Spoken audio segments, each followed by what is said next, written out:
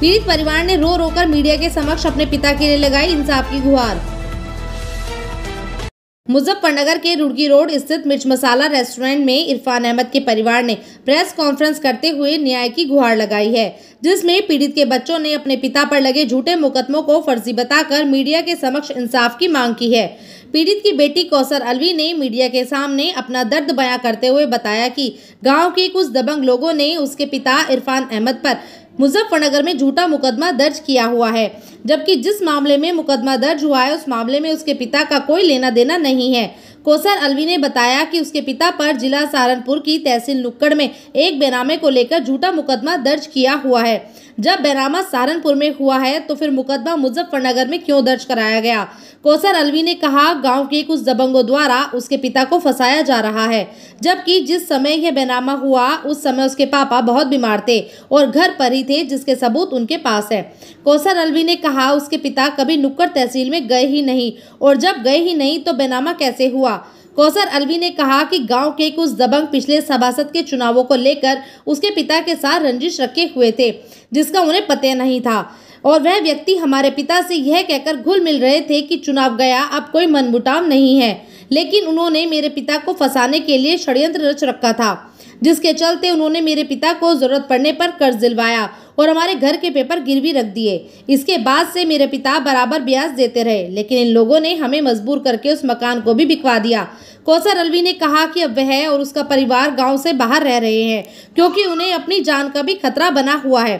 कौसर अलवी ने बताया कि उनके पिता मानव अधिकार आयोग, महिला आयोग, प्रधानमंत्री, मुख्यमंत्री, उप मुख्यमंत्री, आईजी व डीआईजी को भी प्रार्थना पत्र लिख चुके हैं, लेकिन अब तक कोई कार्रवाई नहीं हुई है, जिसको लेकर वह दबंग व्यक्ति उनको बार बार धमकाते हैं। इसलिए आज मैं और मेरा परिवार मीडिया के समक्ष आया है और मीडिया के माध्यम से प्रधानमंत्री और मुख्यमंत्री से अनुरोध करता है कि वह हमारे प्रार्थना पत्र पर कार्रवाई करे और उन दबंग व्यक्तियों के विरुद्ध उचित से उचित कार्रवाई कर हमें न्याय दिलाए।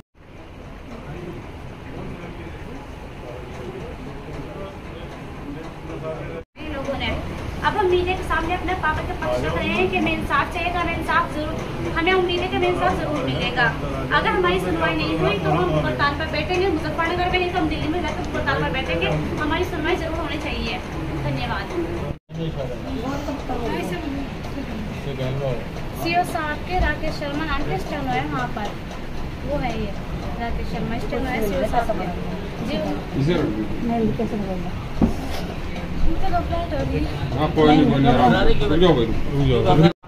करवाए कहीं भी, और इसमें बड़े बड़े आदमी लगे हुए हैं।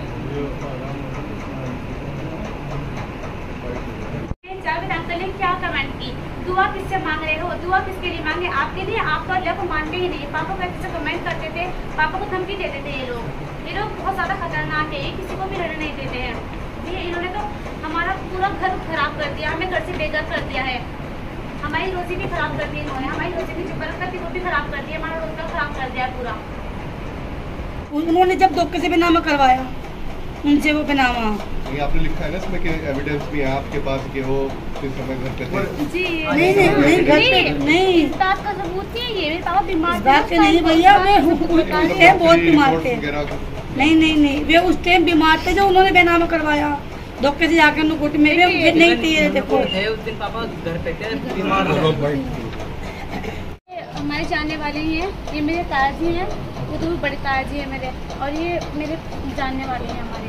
कौशल बताइए, जिस तरह से आप प्रकरण में है तो आपने कहाँ आपने इसकी गुहार लगाई? जी मेरे पापा ने चाइल्ड वेलफेयर में, महिला आयोग में, मुख्यमंत्री को, उप मुख्यमंत्री में और प्रधानमंत्री को सब जगह एप्लीकेशन लगाई, नहीं तक कुछ नहीं हुआ। अभी तक किसी का कुछ भी सुनवाई नहीं हुई कहीं से भी हमारी अभी तक। तो ये क्या मामला रहा, कितना समय हो गया, किस तरह से इसमें रहा है, इसकी क्या पैरवी कौन कर रहा है आपके यहाँ? जी राकेश शर्मा जी की आती है ना जाँच सारी, तो वो उनके साथ मिले हुए हैं, मनोज कुमार शर्मा, उनके यहाँ वो कर रहे हैं।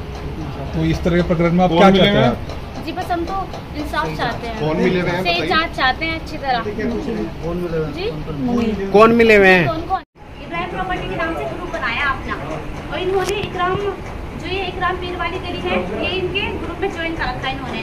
जब पापा ने पहला निकलवाया तो इकराम परचूने इसमें थे, लेकिन जब पापा ने भी कुछ दिन पहला निकलवाया तो इन्होंने इसमें इनका डिलीट कर दिया नंबर कॉन्टैक्ट। हालांकि इन्हीं का ग्रुप में जोड़ा हुआ, क्योंकि ये इनके सारे तारी है जावेद पेड़ गली के इकराम अंकल, इसलिए फिर भी इन्होंने ही कर दिया, अपने इसका डिलीट कर दिया नाम। पापा पर झूठा मुकदमा दर्ज कर दिया दोबारा।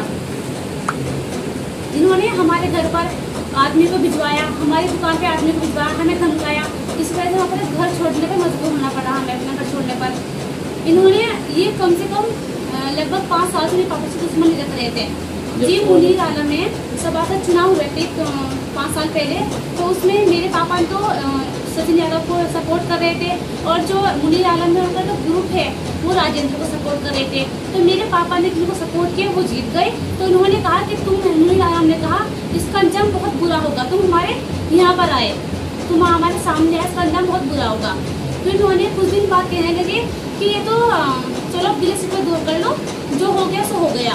और फिर उन्होंने धीरे धीरे मेरे पापा की नज़दीकें बढ़ाई, मेरे पापा को ब्याह के पैसे दिलाए। मेरे पापा का जो बड़ा मकान था, हमारा 71 गज का मकान था, वो बिकवा दिया इन्होंने हमारा मकान धोखे से। फिर इन्होंने अब से तकरीबन 5-6 महीने पहले इकराम परचूनिया ने पापा की एक वीडियो बनाई कोल्ड ड्रिंक में नशा देकर। जी वो वीडियो उनके फ़ोन में है या नहीं है, इस बात का सबूत मेरे पापा पुलिस को खुद देंगे, प्रूफ जी प्रूफ समेत। हमारा एक मकान था 61 गज का जिंदगी वाली गली में, उस पर भी इकराम परचूनिया ने ताला लगवा दिया और पापा से 1 लाख रुपए ऐंठ लिए। फिर उसके बाद इन्होंने पापा को 2-2.5 महीने पहले फ़ोन पर कॉल किया, पापा से डराया धमकाया और कहा कि जावेद ने तुम्हारे खिलाफ FIR दर्ज करा दी है, तुम यहाँ से भाग जाओ, वरना जावेद तुम्हें पुलिस जेल में भिजवा देगा। ये लोग जी बहुत खतरनाक है। मेरे पापा के पास 15 से 20 ऑडियो रिकॉर्डिंग है इस बात की कि हमारे पास सबूत है कि इकराम परचूनिया ने पापा को बहुत ज़्यादा डराया है।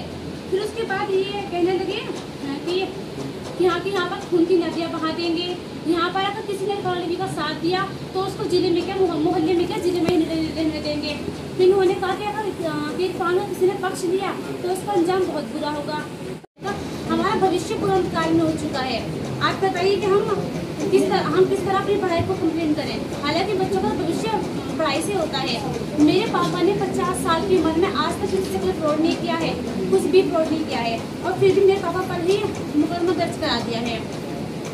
और मेरे पापा ने ना मानवाधिकार आयोग, महिला आयोग और चाइल्ड वेलफेयर सोसाइटी, मानवाधिकार ऑर्गेनाइजेशन, प्रधानमंत्री, मुख्यमंत्री, उप मुख्यमंत्री व IGTRI साहब को अपना प्रार्थना पत्र रजिस्ट्रेट किया हुआ है, जिसका अभी तक कोई परिणाम नहीं हुआ है, क्योंकि जांच जो होती है वो CO सिटी के साहब जी के यहाँ पे आती है, और उसके जो स्टैंड हैं वो डॉक्टर राकेश शर्मा हैं। राकेश शर्मा जो है इन लोगों के साथ मिलकर CO साहब जी को बरगला रहे हैं, जबकि CO साहब जी बिल्कुल ईमानदार आदमी हैं, लेकिन ये फिर भी उनको बरगला रहे हैं CO साहब जी को भेज कर कहलवाते हैं कि हमारे तो इरफान पैसे लेकर भाग गया है, अब उसे हम जिंदा नहीं रहने देंगे। और मेरे पापा को गाली देते हैं, मारपीट करके गंदी गाली देते हैं, और कहते हैं कि अभी साले फकीर को यहाँ नहीं रहने देंगे, चाहे कुछ भी हो जाए। और इन्होंने हमारी पढ़ाई को बहुत ज़्यादा नष्ट करा दी, हमारी पढ़ाई बहुत ज़्यादा। हम मैं 12th क्लास की लड़की हूँ, 12th क्लास की छात्र हूँ मैं जी। मैं अभी ईद से कुछ दिन 2 दिन बाद स्कूल गई तो इन्होंने रास्ते में मुझे धमकाया, इन लोगों ने इन्होंने धमकाया, कहने लगे कि अपने घर जाकर बैठो, यहाँ पढ़ाई की जरूरत नहीं तुम्हें, और कहा पापा जान से मार देगा तुम्हें। तो पूछा हमने कि आप कौन हो, तो इन्होंने कहा हम कोई भी हो, तुम्हें से क्या मतलब, तो अपने घर जाकर बैठो। हम चल के अपने घर आ गए, पापा को बताया, तो पापा ने मेरे कंप्लेंट की थी, तो उस कंप्लेंट का कोई फ़ायदा नहीं हुआ। हमने चाइल्ड वेलफेयर के नाम से भी कंप्लेंट की है, उसका भी कुछ नहीं हो पाया। ये देखिए चाइल्ड वेलफेयर का, इसका भी कुछ नहीं हुआ। फिर उसके बाद हमने फिर प्लान कर लिया 3 मई को जी, जब हमारी पढ़ाई बिल्कुल ही ख़राब हो गई और हम कहीं के नहीं रहे, तो हम तो घर से बेघर हो गए हैं, खाने को कपड़ा नहीं है, खाने को नहीं है, पहनने को नहीं है, हम घर से बेघर हो गए हैं, हम दूसरों के यहाँ रहते फिर रहे हैं, अपने रिश्तेदारों के यहाँ पे। हम कब तक रहे, हमें इंसाफ चाहिए। अगर आप हमें इंसाफ दोगे तो हम जब हम कुछ कर पाएंगे। हमने पुलिस अधिकारियों से एप्लीकेशन दे रखी है, तो किस तरह का सहयोग मिल रहा है? किसी तरह का कोई सहयोग नहीं मिल पा रहा हमें। अच्छा जी, हमें किसी तरह कोई सहयोग नहीं मिल पा रहा। हम चाहते हैं कि निष्पक्ष जांच हो, कप्तान साहब खुद जांच करें इस बात की। हमें बस यही चाहिए कि निष्पक्ष जांच होनी चाहिए इन सारी बातों की। मुजफ्फरनगर सटा किसान को होना चाहिए जो मुकदमा हुआ है। अच्छा, कितने लगभग आपके प्लॉट, कितने मकान के साथ आपके ही मसला हुआ है? 5-6 मकान है। एक 170 गज का है, एक 61 गज का है, 70 गज का है। 3 मकान है जो इन्होंने हटते हैं। उन्होंने इस तरह हमारे कमरे ने बिकवाए और उन्होंने भी उसमें 50,000 कमीशन दिए इन्होंने। 65,000 का हमारा मकान था, उसमें इन्होंने वो डाला ताला इकराम ने, और उसमें 1 लाख रुपए उसने हमारे ताला इकराम ने बोला हमारा ताला खोल लो, कहने लगे 1 लाख रुपए उनने इकराम ने लिए हमारे से। तो आपका कहना है कि जितने बेनामी हुए सब फर्जी है? जी हाँ, सब फर्जी है जी, उनने हमारे से बेनामी सबको ने हर रकम खाई हमसे। वे तो बिल्कुल बगैर कसूर है जी, वे तो। और ये स्टाफ इनकी जांच होनी चाहिए इसी तरह से। और ये जावेद के घर पे कोई हमला नहीं हुआ, इसकी भी जांच होनी चाहिए, क्योंकि हमने किसी के साथ कुछ भी नहीं किया, फिर भी हमारे इतने सारे मुकदमे दर्ज हो गए और हमारी अभी तक एक भी सुनवाई नहीं की जा रही है। तो यहाँ अधिकारियों के पास जाते हैं, अपनी बात रखते, क्या कहते हैं? कुछ नहीं जांच जी वो बोलते हैं कि अगर तुम जाओगे तो हम तुम्हें पकड़ लेंगे। उल्टा हमारे पे मुकदमा लगा देते हैं, हम ही को धमकी दे देते हैं उल्टा। हम तो इतने परेशान है, कहाँ जा रहे हैं अपने बच्चों को लेकर। बहुत मोटा पैसा दे रखा है पुलिस को, उन्होंने बहुत मोटा पैसा दे रखा है। हमारी कोई सुनवाई नहीं, किसी तरीके की कोई सुनवाई नहीं हो रही हमारी बिल्कुल। जी जावेद, मुनीर, इकराम, इसरार, आफ्ताब गोयला, शाहनवाज गोयला, ये 6 लोग हैं जो बिल्कुल मेरे पापा को जीने ही नहीं दे रहे हैं। मेरे पापा का इतना आराम कर रखा है बिल्कुल बहुत ज़्यादा। और इन्होंने राकेश स्टोनर जो है उनके साथ मिले हुए हैं ये सब। राकेश शर्मा जी शिव सिटी साथ में स्टोनर हैं जी। इसे मेरे छोटे बच्चों को घर पे बुलाया उसने, इकराम ने उसने इसे घर पे बुला के इसे धमकी दी, हमारे बच्चों को इसे दी। राकेश शर्मा कौन है?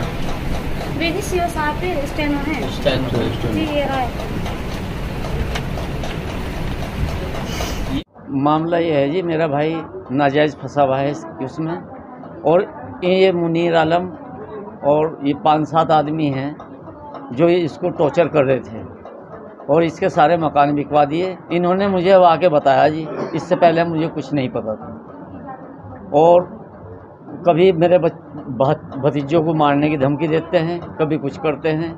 ये यहाँ से प्लान करके चले गए। अब ये रिश्तेदारियों में दर बदर फिर रहे, कभी मेरे यहाँ कभी किसी के यहाँ ही फिर रहे। आपका भाई कहाँ है?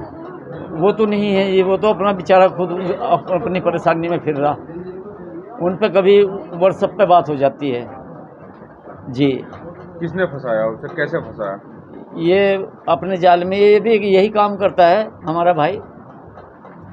ये भी